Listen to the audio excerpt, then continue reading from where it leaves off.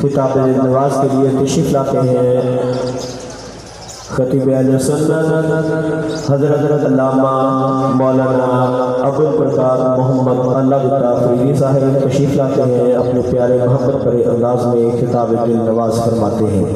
جناب حضرت علامہ مولانا ابوالبرکات محمد علامہ فرید صاحب، نعرہ تکبیر، محبت سے نعرہ رسالت، بھی بابا سرکار دامت برکاتہم العالیہ کی زیارت بھی کریں، جوش و جذبے سے نعرے کا جواب بھی دیں، نعرہ رسالت۔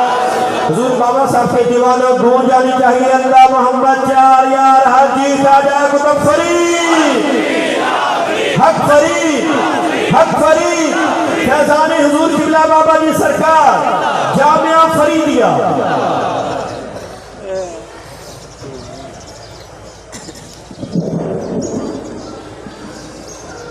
السلام علیکم ورحمۃ اللہ۔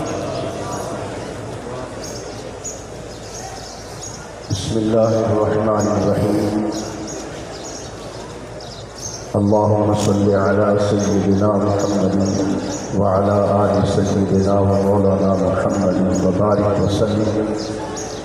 محبت سے الصلاۃ والسلام علیک یا سیدی یا رسول اللہ، الصلاۃ والسلام علیک یا سیدی یا نبی اللہ، الصلاۃ والسلام علیک یا سیدی یا رحمۃ للعالمین، وعلی آلک واصحابک یا سیدی یا خاتم النبیین۔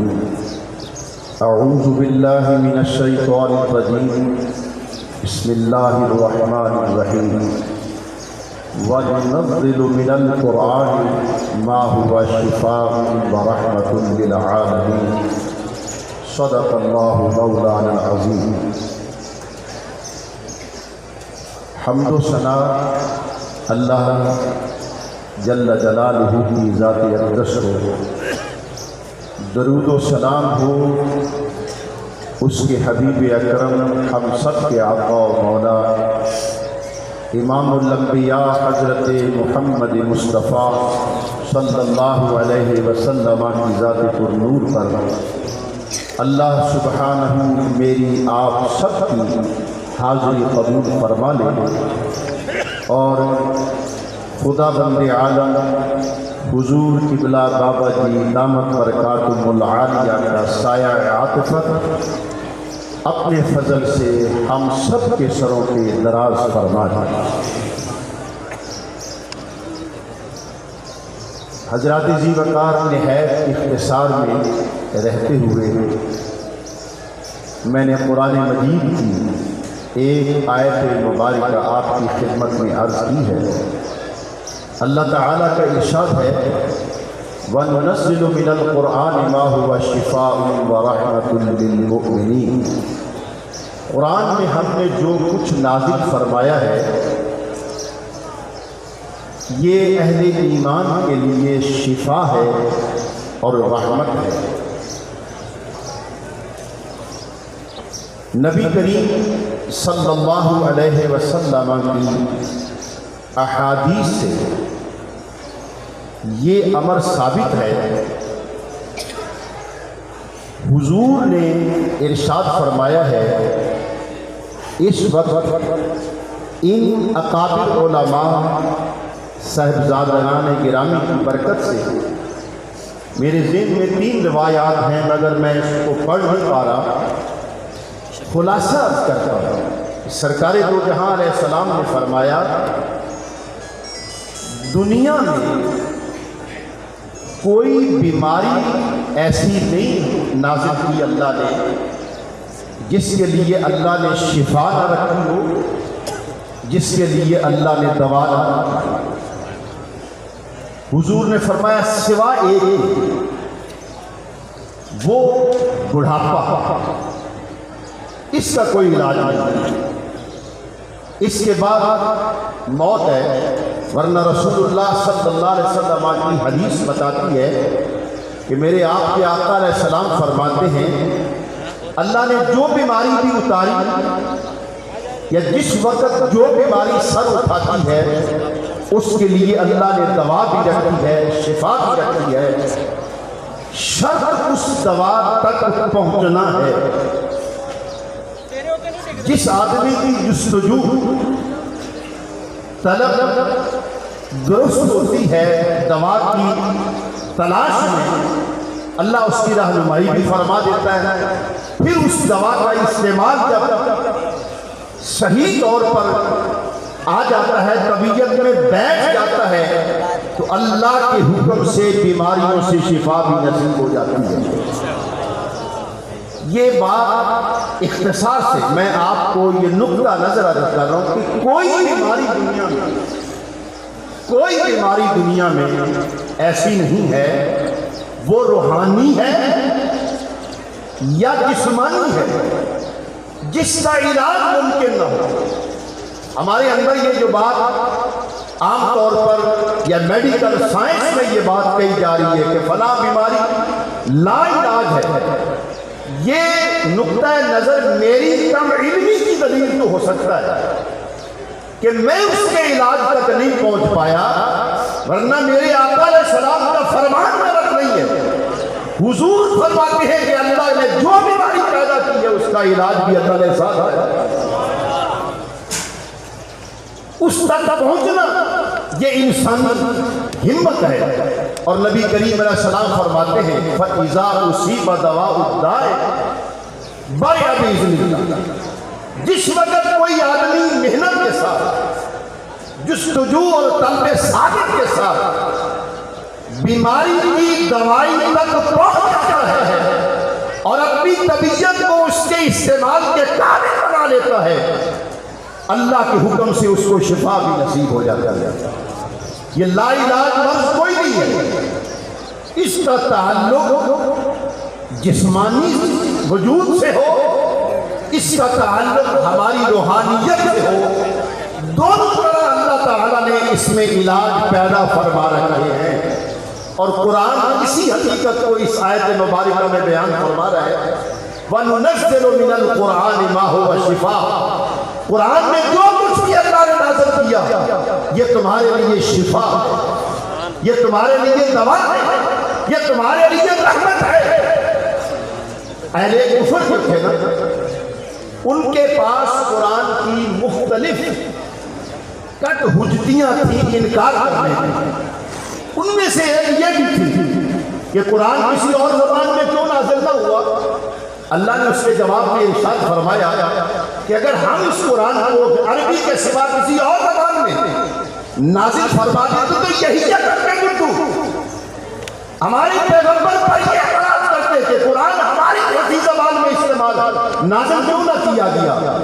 نبی کریم علیہ السلام کو اللہ تعالیٰ نے ارشاد فرمایا کہ میرے حبیب دنیا کا اعلان کر دو، بتا دو دنیا کو کہ اللہ نے کچھ بھی نازل کیا ہے، یہ ہدایت بھی ہے، یہ رحمت بھی ہے، یہ شفا بھی ہے. شخص ہے جس کے سینے میں اللہ نے ایمان رکھا. ایمان نہیں ہے تو پھر قرآن جیسا علاج بھی اس کے لیے سود مند نہیں ہو سکتا.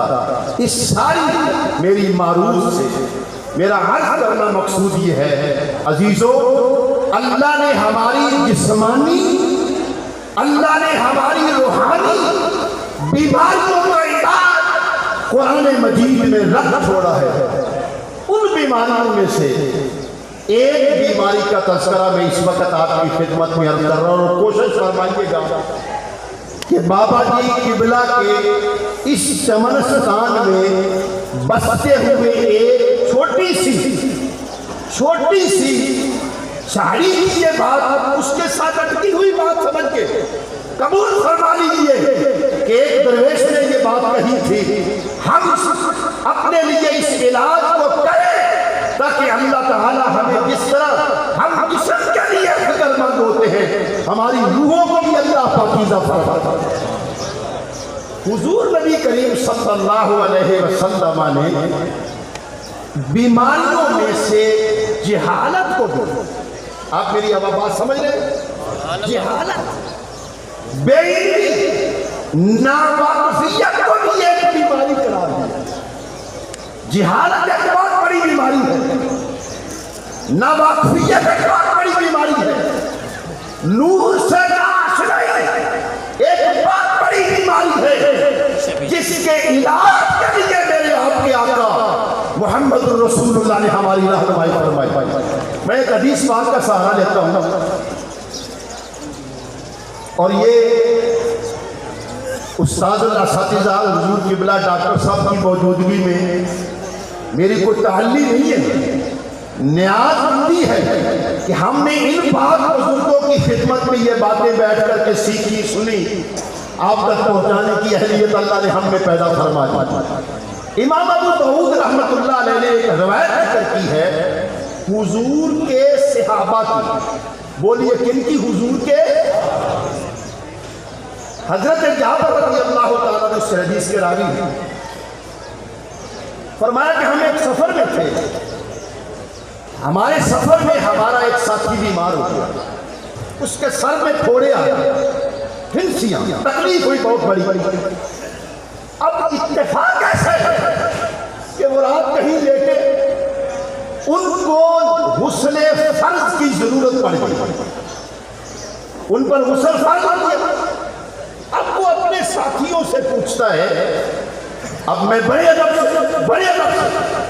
کہ جو پوچھ رہا ہے وہ بھی صحابی رسول ہے اور جن سے سماعت کر رہا ہے وہ بھی صحابی رسول ہے. پوچھتا ہے کہ میرے لیے کیا حکم ہے، میرے سر میں اتنی تکلیف ہے، پھنسیاں پیدا ہو گئی ہیں، میں کیا کروں؟ غسل کروں؟ مجھے غسل کی ضرورت ہے یا تیمم کروں؟ تو حضرت جابر فرماتے اس نے مختلف دوستوں سے، مختلف صحابہ سے یہ سوال کیا اور اتفاق ہے کہ اس وقت تک یہ مسئلہ ان پر بیان نہیں ہوا تھا. انہوں نے فرمایا کہ لا نجد لک رخصہ، ہم تمہارے لیے تیمم کی اجازت نہیں سمجھ رہے، ضروری ہے کہ تم غسل ہی کرو. حضرت جابر فرماتے ہیں کہ اس بیچارے نے غسل کیا، موت واقع ہو گئی، بندہ مر گیا، فوت ہو گئے. انتقال کے بعد جب یہ قافلہ واپس مدینہ منورہ حضور کی خدمت میں حاضر ہوا تو سیدنا جابر رضی اللہ تعالیٰ عنہ فرماتے ہیں کہ ہم نے ساری بات نبی کریم علیہ السلام کی خدمت میں کہ حضور یہ واقعہ پیش آیا.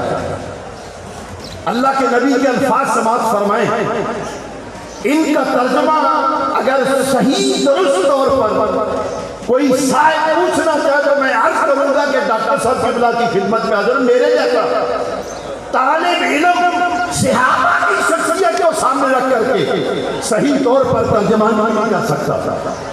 نبی پاک علیہ السلام کی خدمت میں عرض کیا، حضور اس کے سامنے تکلیف تھی، اس کے سر میں پھوڑے تھے، پھنسیاں تھی، وہ ہم سے پوچھتا نہیں تیمم کر لوں، ہمیں مسئلے کا پتہ نہیں تھا، تو ہم نے اسے غسل کا حکم دیا، وہ بندہ فوت ہو گیا. نبی پاک علیہ السلام نے فرمایا قتلوہ، کیا فرمایا؟ قتلوہ. اور اس سے اگلا فقرہ حضور کا اس سے بھی زیادہ مشکل ہے. قتلہ اللہ، ہائے افسوس، انہوں نے ایک بے گناہ جان کو قتل کر دیا. اس حدیث میں جب حضور سے یہ بات کہی، آپ نے فرمایا کہ تمہیں کس نے کہا تھا ان کے لیے تیمم کی اجازت نہیں ہے، یہ تیمم کر کے سر پہ پٹی ڈال کے مسح کر لیتے، ان کو اللہ پاک فرما دیتا. تمہارے لیے ضروری تھا کہ تمہیں مسئلے کا پتہ نہیں تھا تو پوچھتے. میں اب یہ کر رہا ہوں کہ جہالت ایک ایسا سبب ہے دین سے دور رہنے کا، معرفت سے دور رہنے کا. جامعہ فریدیہ اسی قرآن حکیم کو جو اللہ کا منظر کرتا ہے، جس کی وضاحت حدیث پاک میرے رسول صلی اللہ علیہ وسلم نے فرمائی ہے، جامعہ فریدیہ صبح و شام اسی نسخہ شفا کو تقسیم فرما رہا ہے. اللہ تعالیٰ ہمت عطا فرمائے کہ ہم لوگ اپنی جہالت کی بیماری کو دور کرنے کے لیے کوشش کریں کہ اپنے آپ کو زیادہ سے زیادہ، اپنی اولادوں کو زیادہ سے زیادہ وابستہ کر سکیں اس پاک مشرب سے. جس میں قرآن اللہ کا جو ہے یہ نسخہ شفا پڑھا ہے، حدیث رسول جو ہے یہ شفا پڑھائی جا رہی ہے۔ آئیے ہم دعا کرتے ہیں رب العالمین کے حضور کہ مالک الملک اس چل رہے علم و فیض کو صبح قیامت تک جاری رکھے۔ اللہ حضور کی زندگی میں برکتیں نازل فرمائے اور صحت و عافیت کے ساتھ آپ کا سایہ ہم پر دراز فرمائے۔ جو میں نے عرض کیا اللہ مجھے بھی عمل کی توفیق دے دے، اللہ آپ کو بھی عمل کی توفیق عطا فرما دے۔ وصلی اللہ تعالی علی رسولہ سید الانبیاء محمد وآلہ واصحابہ اجمعین برحمتک یا ارحم الراحمین۔